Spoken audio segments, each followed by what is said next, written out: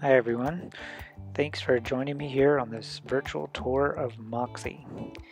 Out of the 14 sailboats I've had the pleasure of owning, I think this is the most perfect one. It checks all the boxes for 1 to 2 people to sail around the world in.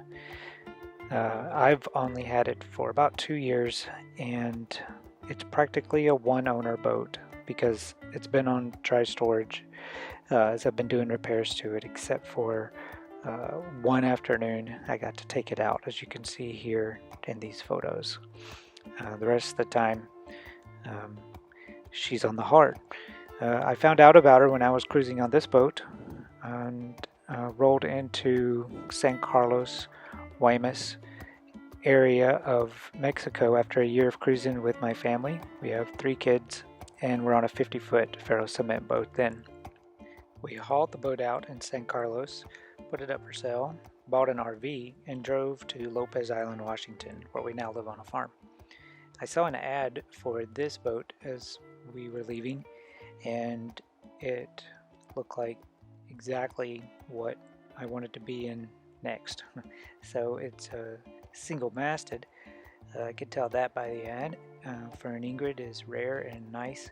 And then I saw oodles of teak and bronze and said somebody professionally built this boat, and we bought it sight unseen.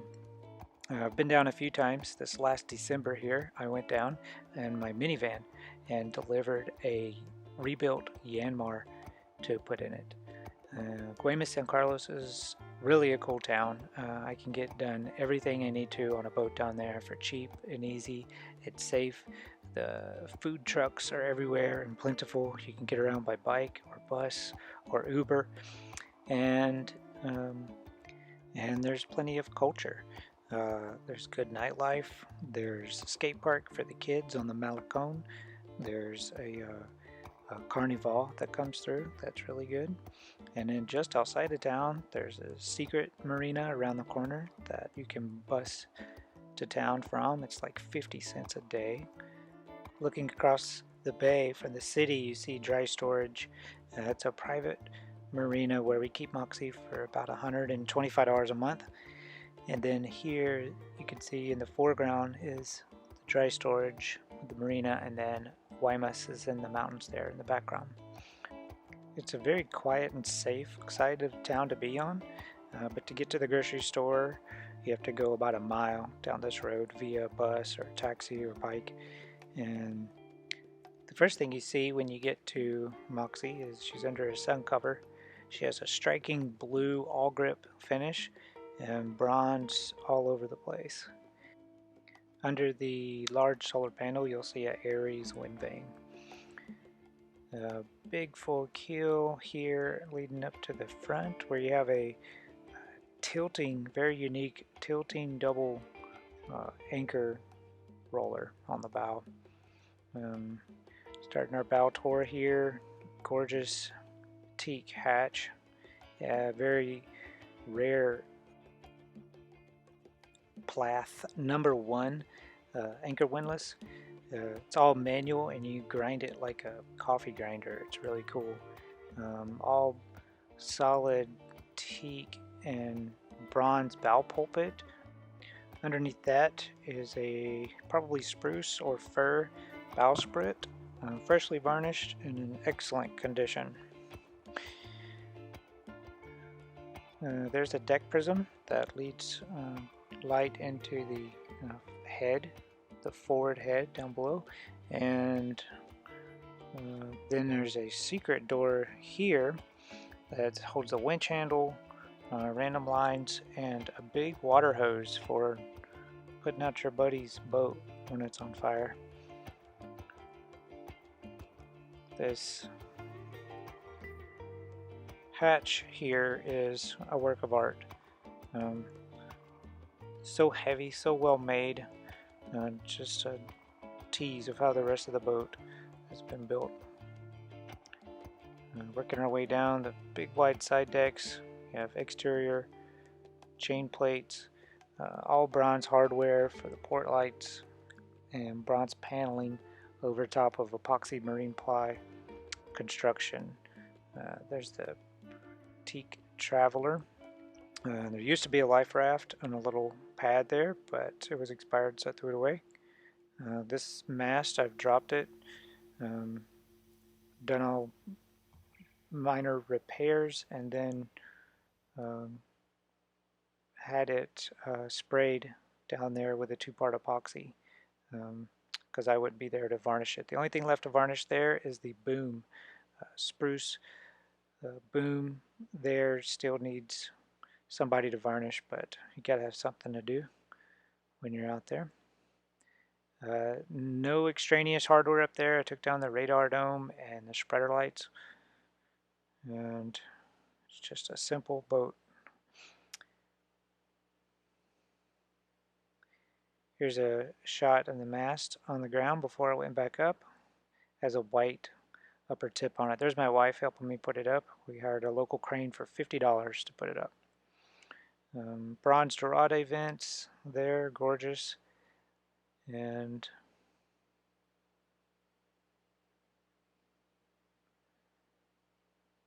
the boat is it's kind of partially covered here. You can see I have the sun cover on the boom of it wrapped up in the bow pulpit. You couldn't see it. These are brand new cushions I just had made. They're velvet on one side and burgundy Sombrella fabric on the other side. And huge cockpit. It's about 7 feet long.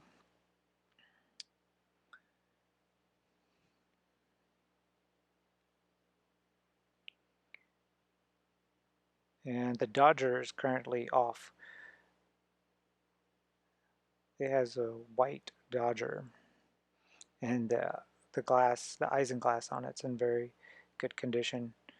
Uh, this is the stern, looking back at the Aries. Here's the conduit for the solar panel. It's 390 watts, installed in 2009. Underneath the tiller is a box that holds some pretty cool things. On the very bottom level, there's a 1,000-watt Honda generator. On the mid-level here, you'll see a spare propane tank, a grappling hook, snorkeling gear, washdown bucket, and then uniquely, the cockpit seat opens up into a refrigerator basin. So this is the ice box. I just put blocks of ice in it and go cruising for a week, or you can install a cold plate in it. The last one died, so it doesn't have anything in it. There's the manual bilge pump. There's the single lever for the engine, and a couple of cockpit trains, jackline, tether, and compass. Swing out arm here for a chart plotter. This is a brand new LG tablet. It uses the GPS because it has built-in cell service. You don't pay anything for it. It's just the Navionics app, and it's absolutely perfect for the Sea Cortez. This is the Yanmar engine control I put in. It's 2,800 hours on the Yanmar, but only 150 hours since it was rebuilt professionally in the Seattle area. The cockpit has 5 Variant bronze winches. 2 of them are self-tailing for the jib, 2 for the staysail, and 1 for the main sheet on top of the starboard side cabin top. The lady that cruised this boat left detailed instructions on how to take care of the teak, and that is slathering it in Seafin's teak oil about once a month. Here we are looking forward, down below, looking aft, and the chart table here on the port side hides a quarter berth behind that seat, but she turned it into a garage. Here's our control panel, very simple, robust, it works. Here are some more controls, the solar charge controller, wind, knot meter. And looking behind the seat here you see what is now the garage instead of a quarter berth. It would be tight for a quarter berth, but possible for a small enough kid.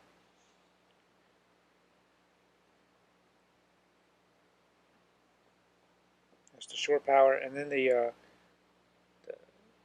painting of the the whale up there is the wind vane for the wind vane. There are 2 brand new golf cart batteries, total of 6 throughout the boat. Here's one of Moxie's logs heading from Hawaii to Kodiak, Alaska. And highlighted there are a couple of 200-mile runs over 24 hours. And it looks like she had 2 reefs in the main, close hauled with a jib and staysail out. Really fun to see this boat's performance recorded in time here. All the plans are included with the boat that it was built with, including an independent marine survey that serves as like a baby book. Has all the photos of the build process. The surveyor interviewed the builder and and has multiple compression tests from laboratories in Seattle, testing the construction, and it couldn't have been built any better or more professional than this. That was the depth sounder that swings into the port light there so you can see it. The steps remove easily for you to get down into that engine compartment. And there it is with the steps in place but the door open.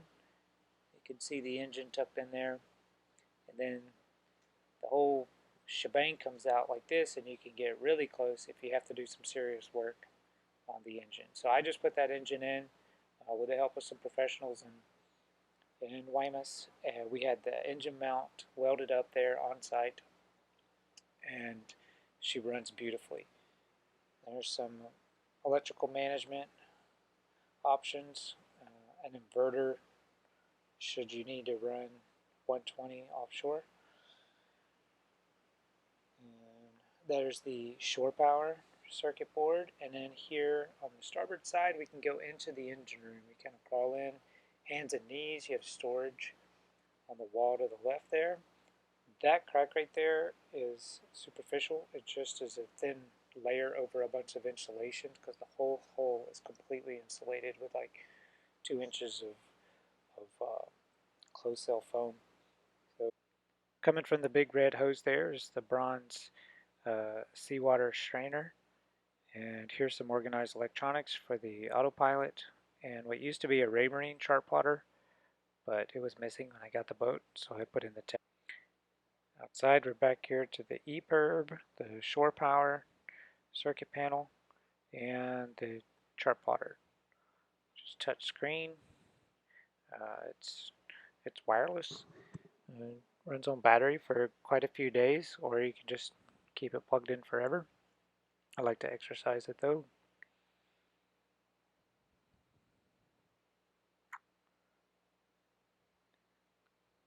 Comes with its own embroidered visor there that says Moxie. That's pretty cool. And this closet here holds all of my lubricants and spray paints and lots of doodads. In this pocket here I usually keep a refrigerator cooler. It takes about 50 amp hours a day. So on a 24-hour timer, I just run it when the solar panel's up in the daytime, and I don't run it at night. And it's perfectly happy. Very little energy consumption for a fridge. I've been happy with it. There's a liquor cabinet slash wine cabinet here. Tequila is included with the boat.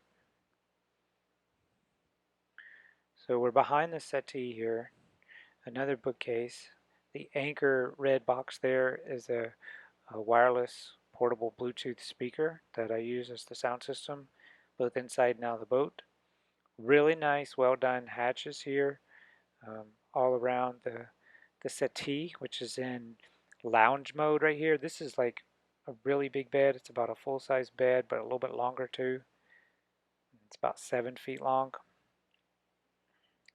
Here you get a glimpse of the insulated hull. A lot of the lockers are full of practical, useful gear. There's nothing on the boat I would throw away at this point. I've gotten rid of all junk that someone would want to go cruising with right now. And here it is with the table up, wine bottle for scale. It's a really big table, and about the only thing that's varnished on the boat, I think. Underneath the chart table, there's a big lockable cabinet right here. It's really deep. It has like the sextant in it and a few random things. And then this is a really nice full file cabinet full of all the documents on the boat. Underneath one of the steps is a cute little hatch for fiddly bits for sailing. Another hatch for winches, another hatch for shore power connections, and coming up here, there's a flip out countertop beside the galley sink. Big double deep sink that's perfect. There's a bronze manual pump there for seawater.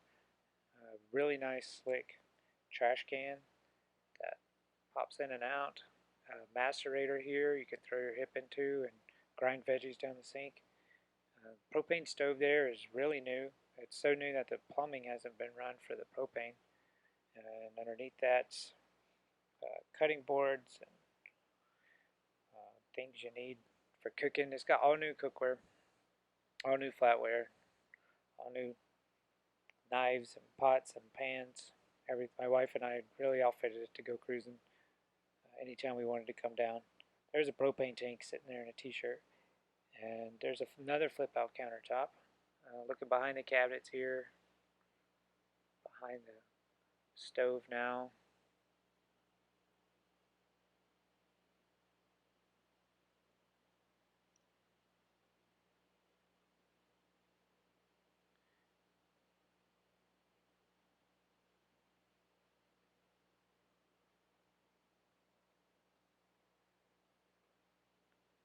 And big hatch here.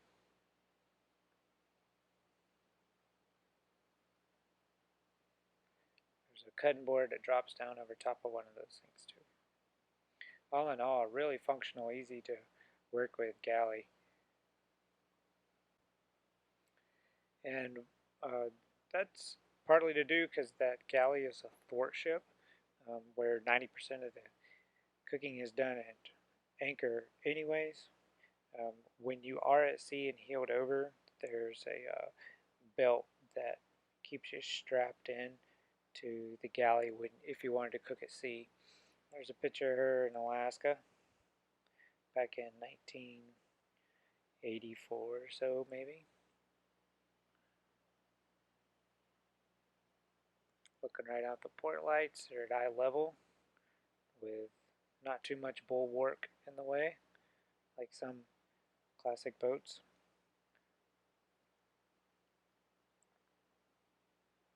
Really good headroom. I'd say a good 6'5" at its highest point. I'm 5'10" and I can stretch out all over the place in there. It feels great. Moving forward on the port side, we have a bulkhead mounted Dickinson diesel heater and a Pullman berth. It's about twin size there forward where the feet go, with a little storage area. Fresh linens, and up here at the top it gets a little wider to almost a queen, but not quite. Uh, the bulkhead heater could be moved a little bit if you wanted. That wall could be turned out if you wanted a little bit more headroom for two people to have a little more space. My wife and I felt it was a little tight, but we were coming from a 50,000-pound boat. There's a sail stored underneath the mattress there in a pocket, and then there's these big cedar pull-out shelves for clothes storage. There's the first one. The second one here has a cockpit table sitting in it, along with some pants. And then underneath there is more storage for sailing stuff. Going forward, you have to access the head through the wizard door, and it's a pretty incredible piece of art. The lady that cruised the boat had a son in Hawaii who is a professional carver, and he made that for this boat, probably out of mahogany.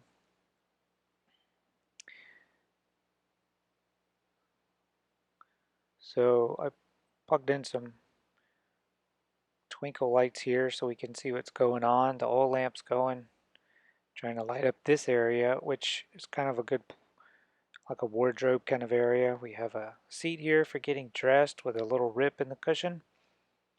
Behind here we have some fresh linens, Mexican blankets, and hardcore sailing tackle and 120 volt vacuum. And then this whole area up here used to be like a SSB and a stereo, but it didn't come with the boat, so now it's used as like food storage, and that little pillow is for the tiller. Inside this cabinet there's a shore power connection, and I've plugged in some Christmas lights to light it up in here, but that is a big stainless steel grill, propane grill that you can set outside. There's first aid kit, and this is a hanging locker with some of the electrical components to the electro scan. Underneath there is really well organized stuff that you need to sail a boat with, miscellaneous line and such. Here's a tour of underneath the floor. So there's spare chain inside of that white box, and there's a 100-pound fisherman anchor in the engine compartment. Here we start opening up all the floorboards and taking a look, and basically all you're going to see is a bunch of water tanks. There's 85 gallons of water in two separate tanks that are made out of stainless steel. As we go forward, underneath that is 6,000 pounds of lead ballast. Really important. That was taken into account when the boat was made out of concrete instead of steel, so it's been trimmed properly. And then there is and then the last tank you see here is 80 gallons of diesel and mild steel. Super clean fuel, I've looked at it. Here's the heads floor, which has a bilge pump underneath for when you shower. And here is a freshly rebuilt bronze and porcelain AB Sands head. It's old. It's over 100 years old. Just put new cup leathers in it and rebuilt the valves on it, and you can operate it with your fingers, as you can see there. Total work of art. The funnest, best, coolest head you'll ever have the pleasure of using. It has no holding tank on board, nothing stinky. It uses direct discharge after sending it through the electro scan, which zaps it and kills all the nasty stuff so it can go into the water. It's basically treated sewage at that point. So the big head here serves as kind of like a anchor locker. It's very utilitarian and easy to get around and get sails in and out. When they're all wet and stuff, they don't come down into your V-berth. It's kind of nice. Looking up here, there's a wind scoop that I rig up here in the hatch for ventilation. The sail inventory is plentiful. Jib, a pair of matching genoas with twin headstays for downwind, tradewind sailing. That colorful drifter that you've seen in some of the photos. Going in here to underneath this seat is the first anchor locker. The second anchor locker is up there, and that is an on-demand hot water heater, like a propane one, that could be moved to the engine room, and you could run it off engine heat easy enough. It's just the way she was doing life there towards the end. And here's the galley area. There's that deck prism. You could stand up in this bathroom because of the tall doghouse. It has port lights on the port and starboard side that operate, so you can see out both sides while you're standing there. And then over on the port side of the head, we have hot and cold pressure water and a bronze manual saltwater pump as well. The sink drains into the floor there also, and the shower bilge pump will pump it out when you flip a switch. So the craftsmanship of this boat is perfect. The same owner for the last 40 years has kept it the way the professional designers built it pretty much, so it's really rare to find a boat that has not been molested by multiple owners, changing over the systems and modifying things. And I certainly couldn't even build to this craftsmanship if I was to go and try to modify it at this point. So hopefully you find an owner that loves her just the way she is. Both of the surveys I have of this boat, they were extremely impressed with this boat. One of them wrote, "This is a remarkably beautiful sailing cutter. It is first interesting to note that the hull, both inside and outside, have been given 5 coats of clear epoxy resin sealer, 3 coats of strontium chromate primer, and 2 coats of outside epoxy white. As a result, an untold number of years have been added to the boat."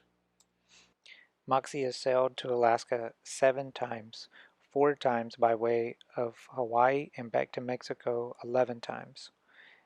Over 40,000 nautical miles of cruising and 38 years of a single onboard owner who took extremely good care of her. This boat needs very little. For the traditional sailor, it is ready to go. I hope whoever I sell it to is far enough away that I can get a good cruise in her before we have to let her go. Thanks for watching, and here is some video from the day my wife and I got to take her out. I've heard stories about how this boat really cruises along. She won a lot of races in the Baja area, beer can races on the weekends out of La Paz. This boat can scoot. You'll see we're rocking a reef in the main at some point on this day, and she just moves along 7 knots, just hauling. We're towing a Minto. That's the 9-foot Ranger Minto rowboat with spruce sail kit included, and we think that's the perfect boat. Coincidentally, it's the same dinghy we used with our family of 5 and 2 dogs. Over 5,000 miles, that was the boat we had to get around with. If all 7 of us had to go somewhere and there wasn't room to row, so we had a 2.2 horse air-cooled Honda, weighed 25 pounds, we throw in the back to get where we need to go.